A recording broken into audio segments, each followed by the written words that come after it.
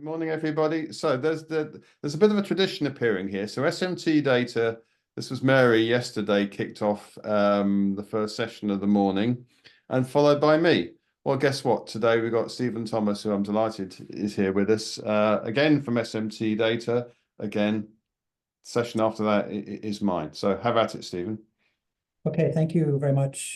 Thanks everybody for joining. What I'm going to be talking about is the pitfalls and trade-offs involved in allocating mainframe costs to the business.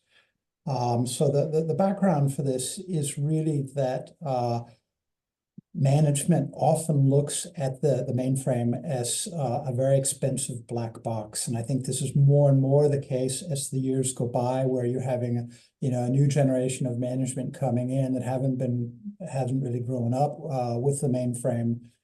And questions like who is using how much in the mainframe, when are they using it, what's the cost and why, often result in very ambiguous or very technical answers that they have a difficulty actually using.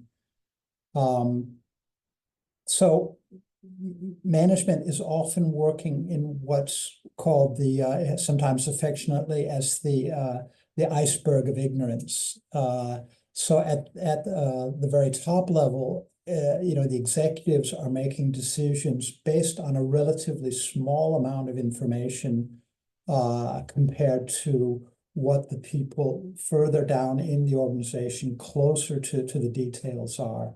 So where, the capacity and performance people working with the mainframe may have 100% of the information they need to make their decisions, the executives making some of the bigger long-term strategic decisions have only a small portion of the information they really need to do to make those decisions. And that applies also not just for executives, but sort of broadly within the organization for people who are making mainframe-based decisions.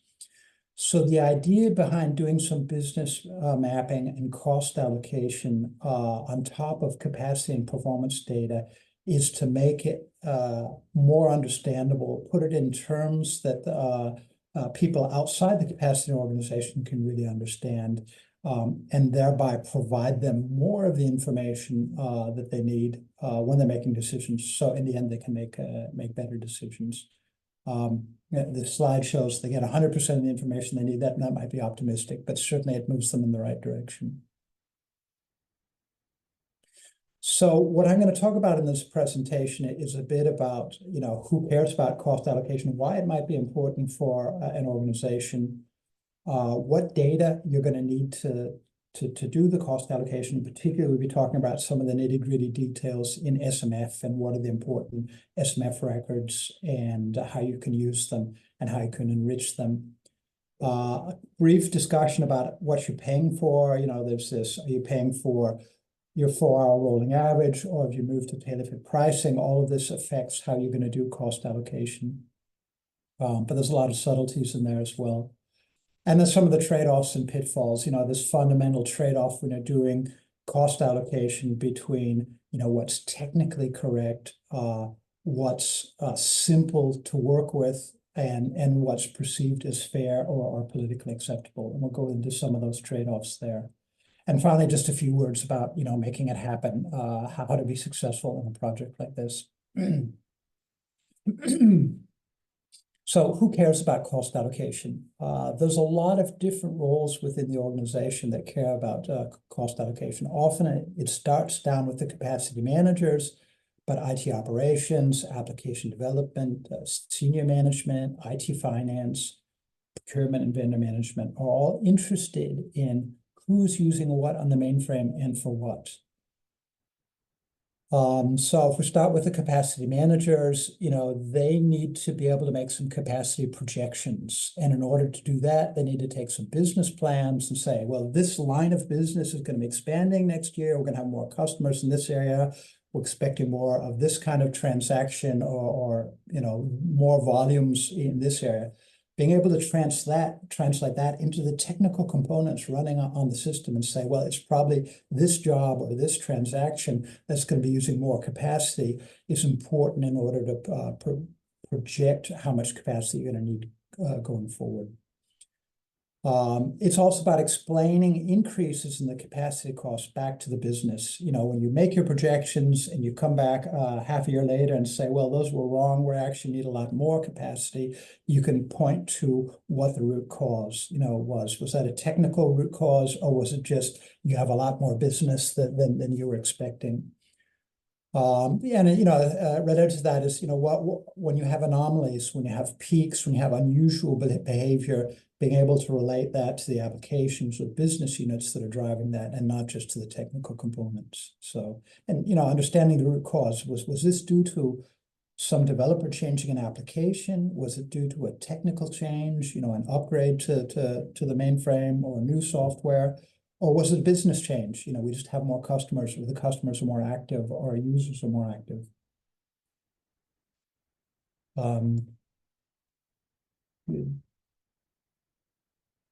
So who cares about cost allocation? You know, again, just going through this list of people, IT operations can find this data very useful.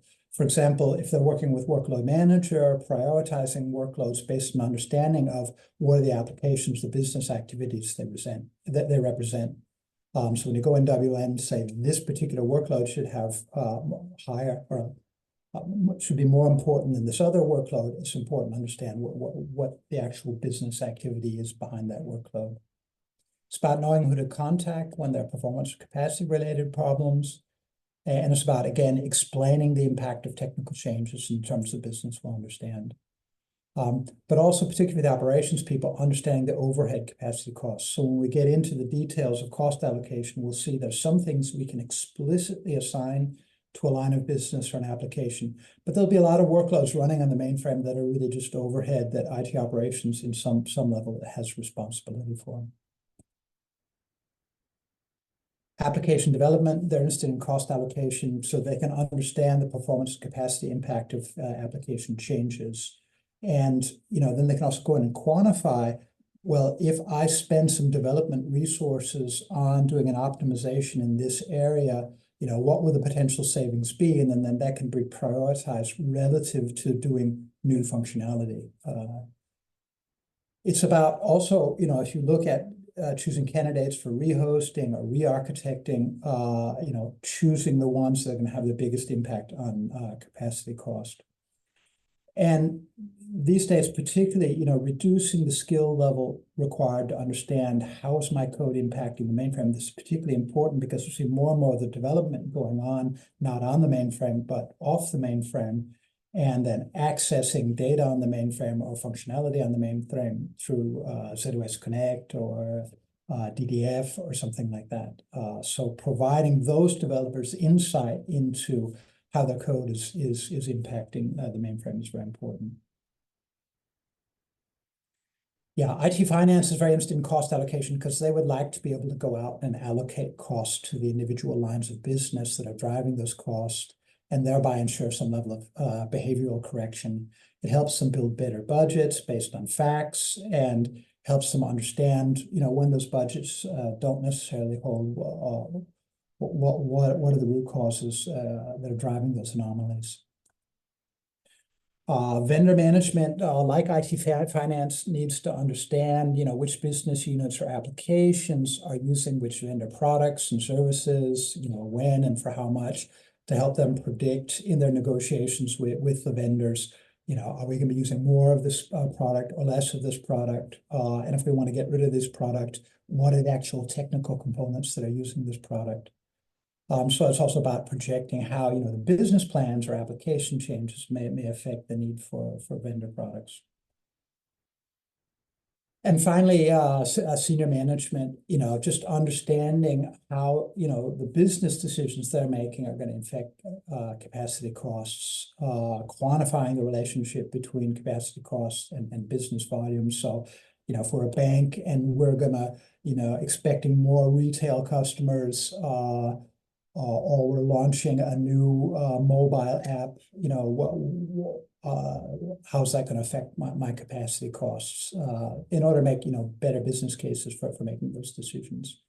But it's also about holding the various business units in the company accountable but also, the application development teams for the capacity costs that they're driving. And in general, just, getting more reliable plans and budgets to manage on, and getting clearing understanding of root causes when there are deviations. Good. So that was a little bit about, who could be interested in cost allocation. Maybe I'll just stop here and just ask if there's any questions at this point in time. Okay, let me just plow on here. I've talked about cost allocation. I haven't really defined it yet. So cost allocation is really mapping something that you can measure, like MIPS per job, MIPS per transaction, MIPS per user, whatever. Or if we're talking about storage, gigabytes per data set, per volume or something like that, to something that the organization can understand and act on. So typically to an application or to a business area that's going to be paying for this capacity. But there's a lot of other kinds of mapping you can do. You can map to, environment. Is this, capacity that's going to development or to test or production? Is this a production system, or is this a cyber vault or a clone or whatever it is? And this allows us then to allocate the costs correctly, fairly, and simply. And again, I'll come back to those three concepts: correct, fair, and simple later on. So it's really about some, tagging, to use a more modern term, tagging things going on in the mainframe with some additional information. So let me just give you a feel about how that could look. So I'm going to jump into our tool, and this is not a tool or a product presentation, but we do provide a solution called IT Business Intelligence, which runs in the cloud. We also provide some consulting on top of that. And we've done projects like this with a number of very, very large organizations, particularly in the financial sector, where people are very focused on understanding the costs on the mainframe, because it is such a big part of their budget. So what we've done here is we've just done some simple mapping based on report classes. As I said, and we'll come into more details about how you do the mapping. You find some technical component you can measure, like a report class, and then you tag it with, what's the business area that's going to pay for that.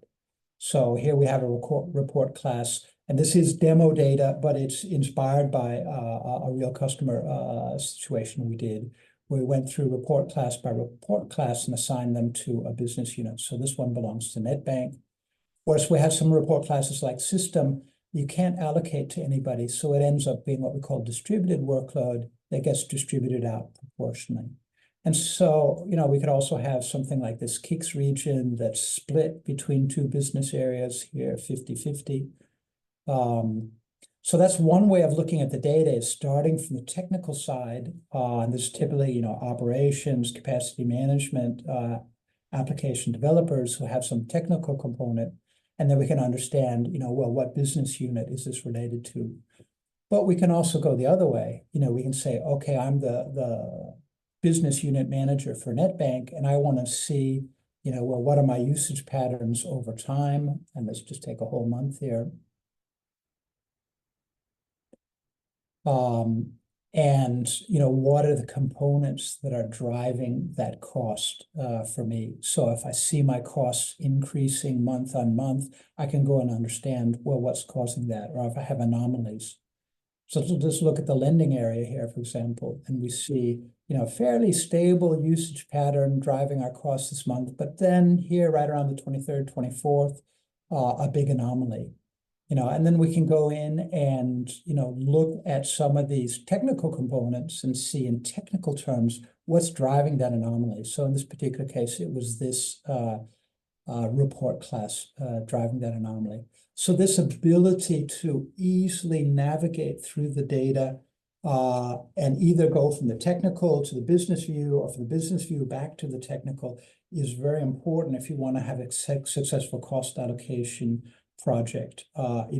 Providing some self-service reporting to people really increases the value of cost allocation effort. Good. Let me just go back to the PowerPoint here.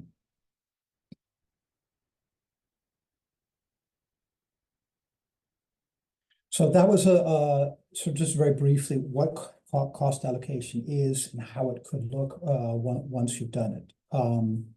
So let's dig a little bit into the details of what data you need to do this. So based on our experience, having done this with a lot of big installations, the most important SMF types for doing cost allocation are the ones I put up here. So obviously the SMF 70 is important here because this is what's driving your costs. It's going to give you the complete view of all the MIPS or MSU you're using on the system, and it's going to drive your software cost. Your software vendors, whether it's IBM or another one, are going to bill you based on the SMF 70 numbers, and they're very complete. Unfortunately, they're not very detailed. So if you want to do cost allocation, you're only going to be able to do it at the LPAR level if you're just using the SMF 70. So you want to open up some of the other types. So SMF 72, which is going to give it at the workload, report class level, is almost as complete. You have this uncaptured difference between 70 and 72, which might be, 5–10%. But it's also high level. I showed you an example just based on SMF 72 where a customer had very granular report classes implemented in SMF 72. So they were able to do it based on SMF 72 alone. For most customers, our experience is SMF 72 is not sufficient. So you go into the SMF 30, which is going to, give you a good view at the address space level of most of what's going on in your system. It's a little less complete than the SMF 72, but really quite complete. And the limitation of SMF 30 is going to be good for telling you what your batch jobs are doing, but often not sufficient, not providing sufficient detail to understand what's going on in the subsystems. Now, there is some variation here also. We see customers where, they're running, for example, in CICS, hundreds and hundreds of CICS regions, and each region can then be allocated out at the SMF 30 level to a business unit, and they're happy with that. But we see other customers running a fewer number of regions, very large regions, and then they have to, go into the SMF 110 to understand what's going on at the transaction level. Now for DB2, particularly for DDF, we see customers wanting to open up the 101 record and look at the DDF, which will provide detailed information at the plan and package level, but also what's the IP address of the server, what's the user ID, what's the application out on the server that's driving this capacity usage, and that can then be mapped in business terms. For IMPS, we don't have an SMF record, but IMPS produces a 56FA log record, which is fairly similar to the SMF 110 from CICS. Some customers also do business mapping and cost allocation on other SMF types, 119 for TCP/IP, 115/16 for MQ, 120 for WebSphere. Some beginning to look at 123 as a REST Connect, which all can be useful. Now, this is CPU. Obviously, if you want to allocate storage out, decollect, RMM, or some of the other utilities, produce well-structured data that can then be mapped, typically based on dataset naming conventions. But I'm mostly going to be talking about CPU allocation here, since that's the primary cost driver. So a typical approach to this, and again, there's many variations on this, is to assign the CPU to a business unit and or application based on some combination of 30, 110, and 101, and if you have IMPS 56FA. And then you have to go in and say, well, we're actually double counting because some of the stuff we have in SMF 30 is also counted for in the subsystems. So we need a strategy for removing the duplicates, and then merge all of this together as input to some cost allocation. Now, typically the output of this is, a CSV file saying, this business unit should be allocated this many MIPS or MSU, and this goes off to some financial management system where they actually do the real pricing and handling that. But we provide the input to the cost allocation. Good. So SMF30, typically what you're working with in terms of doing mapping is job. Sometimes job is not enough. You want to go down to the program level, which we also can read out of the SMF, or maybe the user ID. Often customers are putting information in the accounting fields on the job card. We can also read that out of the SMF.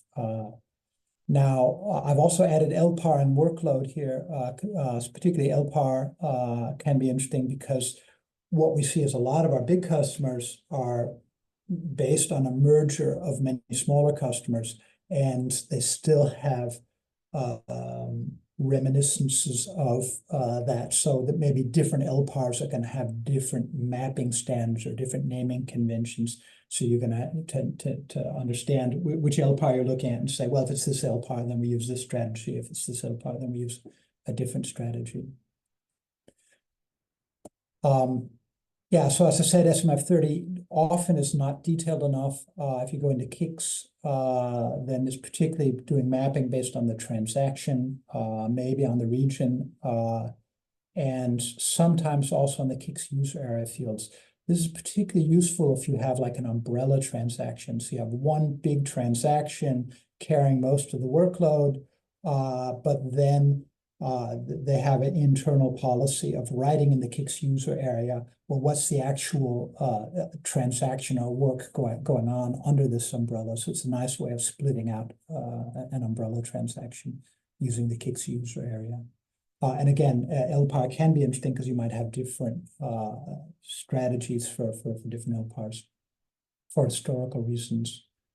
DDF, yeah, you have the DB2 subsystem, obviously, the LPAR, but often people are doing mapping based on the user ID or the IP address of the server that's driving this remote capacity usage, or the end user transaction, which we can also see in the SMF 101 record.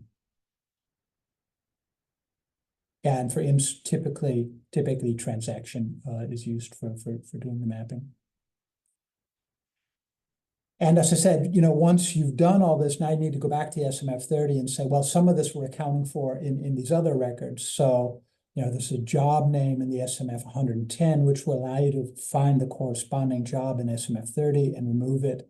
With the IMS, it's typically based on the region ID. There's some mapping from the region ID to the job name based on naming conventions. For DB2, it's typically based on the DB2 subsystem. From that, you can go and find the corresponding job name in SMF30 and then just remove them so you don't double count. That's one approach. Another approach we've seen sometimes is just to say, well, we're going to exclude everything from SMF30 except test type job. And then we're going to allocate kicks and DB2 and IPS based on their records. And everything else in the SMF30, we're just going to assume is some sort of overhead that needs to be distributed. That's a simpler way of doing it. Good. Any questions on the SMF records? We used to do that, how we approach the mapping there. Good. So let me talk about what you pay for. Now, you pay for a lot of things on a mainframe. There's some software, there's some hardware, CPU, storage, memory, there's some staff, there's facilities, and much, much, much more. Now, often one of the primary cost drivers on the mainframe is going to be your software, and it's often a variable cost based on your capacity usage. So most cost allocation approaches use the CPU as one of the key metrics, and then storage as another key metric to do the cost allocation. So we're not trying to explicitly allocate out particular software products or memory or storage or how much electricity the mainframe is using. We're rolling all that up into a cost per per CPU or CPU measurements of CPU MIPS or MSU, and a cost per gigabyte on storage, and maybe, different costs depending on whether it's on, what kind of storage it's on.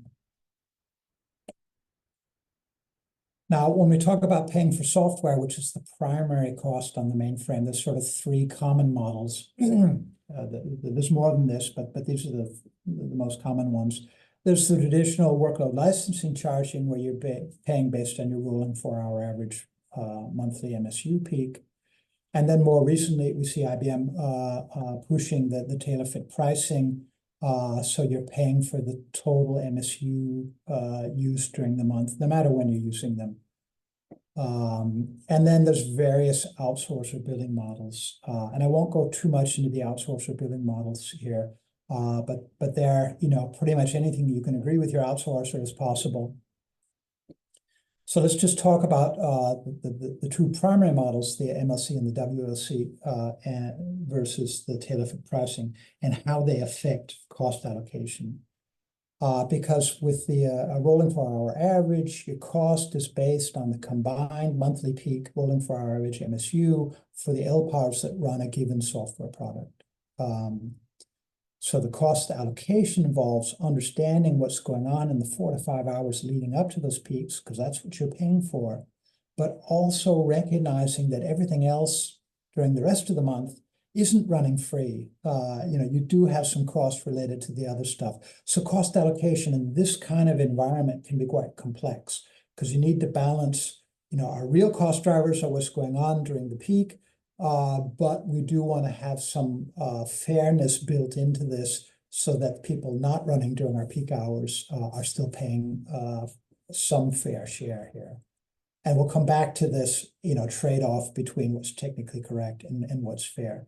And one of the real complexities here is if you, don't have a well-managed system and your peak is moving around from month to month, maybe 1 month it's 10 o'clock Monday morning, that's your peak. And the next month you have some batch jobs that go wild. And so your peak is going to be, a nighttime peak that month. That's going to wildly affect your cost allocation if you're just doing cost allocation based on what's going on in the peak, and create a lot of noise in the system because people won't like that.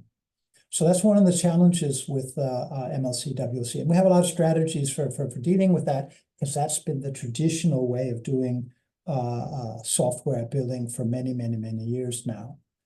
What we see is more and more customers are moving to tailor-fit pricing, or at least those who can. Now, outsourcers are not yet eligible for tailor-fit pricing. We think that will probably come, but today they're not. So outsourcers are typically going to be running a 4-hour rolling average still. But if you have your own mainframe, then you have the opportunity to go over to tailor-fit pricing. Here, rather than paying based on your peak hour, you're paying for whatever you're using, whenever you're using it, sort of like water out of the tap. Now, there's another subtlety to tailor-fit pricing, which is it does involve an upfront commitment. So if you go below that commitment, you're not actually going to save any money. And it also involves a significant discount on growth. I've just written 50%, but again, this is a negotiating parameter with IBM. So this is something you need to think about in cost allocation, that if you have a mechanism where people start really trying to save money and they go below your baseline, you're not actually going to be saving any money. Whereas, anything that goes above that baseline costs only half of what was below the baseline. So peaks become less interesting. There's fewer and smaller surprises, and cost allocation becomes much, much, much simpler. You just basically look at who's using capacity. You don't care about when, and there's a lot less discussion. It's a lot more stable. So, from a purely cost allocation perspective, there's huge advantages to going over to tailor-fit pricing. Good. That was a little bit about costs and what you're paying for, and that it's an important introduction to the next topic, which is sort of the trade-offs. Just maybe I'll stop here and ask if there's any questions at this point in time. Good. So I've mentioned these trade-offs a number of times, and this is the trade-off between what's technically correct what's fair or perceived as fair, or at least perceived as politically acceptable, and what's simple to implement and manage. And often those, three things pull in each their direction, and you're going to have to make some trade-offs here. So on the technically correct side, you need to decide how much complexity from the real world do we want to include in the costs. So we talked about handling peaks and peak periods. We talked about, no, I haven't mentioned this before, but event-based data. So we talked about using the KICS SMF record and the DB2 SMF record. Now you should be aware those are event-based records. So if you have a long-running transaction, it's going to get accounted for in KICS or in DB2 at the time it completes, and not necessarily, which might not necessarily be the hour where it's using that capacity. If it's been running for a day, all the capacity for that day will be accounted for in the hour when it completes. And that adds some complexity, particularly if you have a peak-based model. You might actually be accounting for something in the peak that wasn't actually happening in the peak. Pricing discounts. So we talked about pricing curves, but also these minimum commitments you have in tailor-fit pricing. For the MLC, you're going to have different software products running on different LPARs. Do you want to take that into consideration, or being used by different applications? How exact do you want to be in terms of allocating the software products out? And again, tailor-fit pricing makes this easier because they often say, well, all the software products are licensed on all the LPARs, and we don't differentiate like we did in the old model. Differentiating allocation of overhead to the real users. How much time do you want to go in and really analyzing these jobs or KICS transactions? Say, well, this one we thought was overhead, but really it's primarily being driven by this business area. Let's allocate it out there. And you can spend a lot of time getting this right, which is a trade-off. Cost of zip. Most cost allocations just look at CP because that's what's driving your software costs, but zip still does have a cost. Do you want to include that? And then, the cost of all the other stuff. How much nitty-gritty detail do you want to go into it in terms of really understanding the hardware, memory, network, labor, facilities, et cetera, cost. But that's often the finance department that's dealing with that. And we're just providing them the raw information. So that's one of the trade-offs here is, how much are you going to sweat the details here? The other one is, what's fair? So we talked about before, if you're paying for MLC, what about the business units that don't use much capacity during the peak? They still should bear some fair share of the mainframe costs because they are using the mainframe, they are getting service there. Overhead should be perceived as things that really are shared cost and not just things that, we haven't bothered to figure out who's using it yet. Good self-service reporting is very important in getting buy-in from the organization. They can go in and follow up and understand why their bill is increasing or decreasing, cross-check that, things they're paying for are things they really should be paying for, and that nothing's swept under the carpet. Another important aspect of perceived fairness is once you start billing based on a model, it's next to impossible to change. And, we've seen this, when we go in and, customer has implemented some existing billing system and we're trying to replace that. You have these discussions of, well, this is clearly wrong, it's clearly incorrect, but people's budgets are based on this. So we can't change it short term. We have to continue doing it wrong for a period of time. And then, providing this good self-service reporting, allowing them to go in and build correct budgets for a correct cost allocation, maybe from the next fiscal year.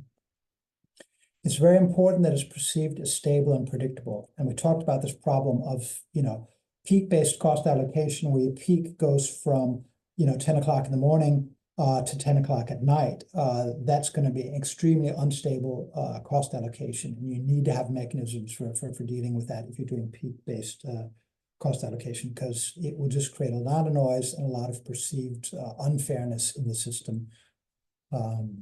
Yeah, so peak-based models may be more correct, but it can be very volatile. So, and then the third dimension here in these trade-offs is simple. So you want to keep focused on what you're trying to achieve, making better decisions and behavioral correction. So ask yourself, is this level of complexity we're considering, how much value is it adding? And having good data and good tools to go in and analyze the historic data and say, well, how will cost allocation look if we add in this level of complexity? How much difference is it going to make? Is it going to be in the fourth decimal place?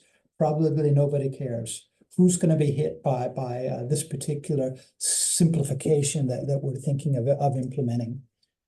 And again, understanding the usage patterns by analyzing your data and looking at historical patterns can help you create rules of thumb. So a good rule of thumb could be, well, rather than allocating based on our actual measured peak, we know we generally have our peak Monday morning at 10 o'clock. Let's charge a premium for that particular time period. And we know we generally have spare capacity at night. Let's give a discount on that. That could be a nice rule of thumb to give the sense of fairness and stability without being 100% technically correct. And these trade-offs you have to make, they require a strong management sponsor who can take the dialogue with IT finance, but also the business units paying for the capacity. But there's another thing, you want it as simple as possible and not simpler. And that sort of leads us into some of the things that can affect where you go with these trade-offs. And one of the big ones is the amount being distributed. Obviously, if you're an installation with 5,000 MIPS, as opposed to being an installation with 200,000 MIPS, the amount of money that you're distributing is very, very different. And in a very large organization, you're going to spend more time trying to get it technically correct because people are really going to care because the amount of money is so large. But it's also the trade-offs also may affect it on whether you're doing external billing, you're sending a bill out to an external customer. That's going to probably require an extra level of diligence on the technical correct side, as opposed to internal billing, as opposed to just show back. We're not actually doing the billing, but we're showing how much you're actually using. It's very much affected, the trade-offs are very much affected by inertia. We've always done it this way. Even though it doesn't make sense, it's impossible to change. And that's something you're always going to be fighting against. Contractual commitments is a form of inertia. It says in the contract we have to bill this way, so we're going to do it. It doesn't make sense, but it's going to be very, very hard to negotiate that contract. And all of this is affected by the level of management sponsorship. So if you have a high enough level of sponsorship, you can go in and attack the inertia or attack some of the contractual commitments. They can go in and say, well, let's renegotiate that contract in a way that's better for everybody, because it really doesn't make sense what we're doing today. Good, that was some of the trade-offs. And again, they're going to be very different for each installation, where they want to make those trade-offs based on where they are. And we have a lot of experience advising customers on those trade-offs. Any questions on those trade-offs?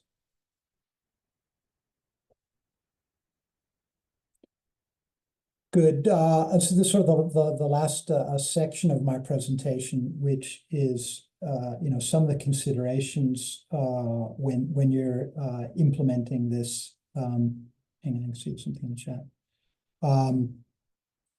So sort of best practice rules of thumb. You always want to start out using the technical data to help you focus on the 20% of the load that accounts for 80% of the cost. Sometimes it's even less than 20% that accounts for 80% of the cost. Because a lot of people say, "Oh, this is so complex. I have 20,000 different job names. I have 5,000 different transactions. This is going to be a huge task to go in and map all that out." But often it's going to be just a handful of jobs, a handful of transactions that you can start out mapping. And then once you've done that, you can iterate and refine it over time. So it's about measuring, it's about validating and adjusting the cost model before rolling it out. And often you want to do several iterations, And remember what you're trying to achieve. This is about better decisions and behavioral correction. It's not necessarily about getting the fourth decimal place right and everything. I mentioned this several times, but it really is a key success factor that you have good self-service reporting, that you don't just have one person who can do this in a spreadsheet somewhere and everybody has to go through that person every time they have questions. Providing the ability for people to do their own analysis of this data is really, really important. Good. And then, finally, organization, management sponsorship. I've mentioned that several times, but also having a data owner or champion who can, ensure that this is running correctly, talk with people, explain how it works. Involvement of the stakeholders is absolutely key. IT finance, operations, development, all the ones I went through in the beginning of the presentation, that we get their buy-in and their input. From a process perspective, it's important to understand this isn't a static thing. The ongoing validation, maintenance of the mapping and the prices as we have new jobs being rolled out, new transactions, organizational changes, all of that's going to affect the mapping. As we make changes to the configuration, that's going to affect our cost per MIPS or per MSU. So it's important to have an ongoing process to keep this up to date.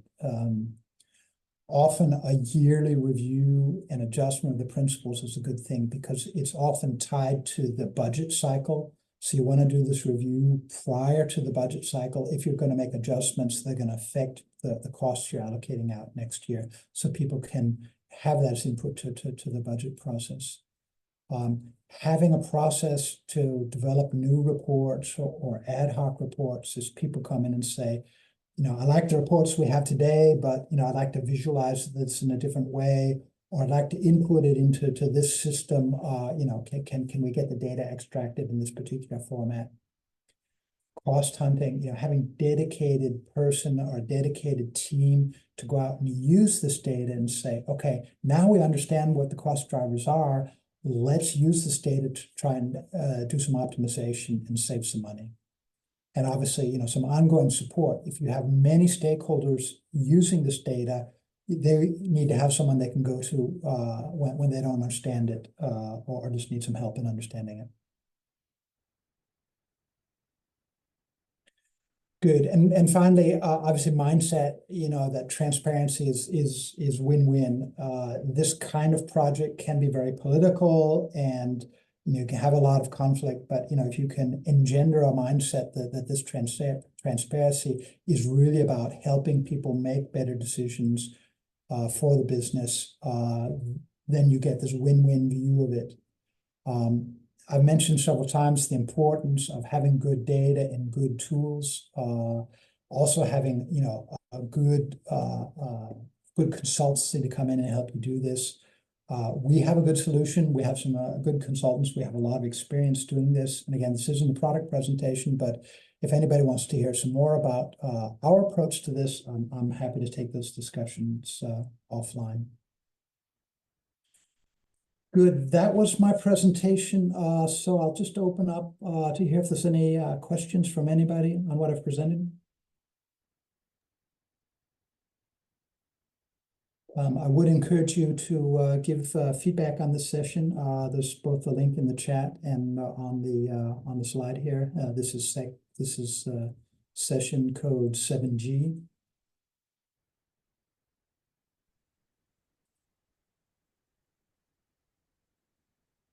Good. So thanks for participating. And again, just I'd like to encourage you, if you want to hear more about this or our approach to this, or just about SMT data, feel free to contact me. Here are my contact details. Yeah, Stephen, can you paste your email into the chat? That's probably the easiest way of people getting it. I will do that.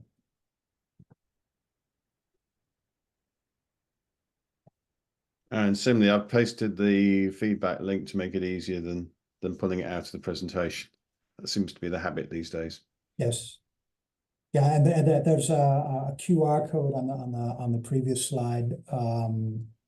also, if you just want to point at it with your iPhone and do that. But it's probably easiest just to go into the link in the chat and give us feedback. Stephen, you're showing my bias by saying iPhone.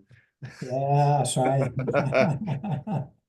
Yeah, that was okay. Are there any I was going to say more, but haven't been any yet. Are there any questions before we close? Just wait a few seconds in case something occurs to somebody.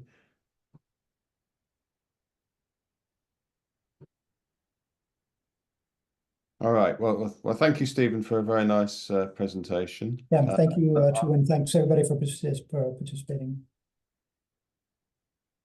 Okay, our next session is me actually, parallel syslix performance topics, and we start at 10:30 in UK time. That is, for most of the people on the call, that's 11:30. But yes. All right, perfect. Thank you. Let's end it here. Bye bye. Bye now.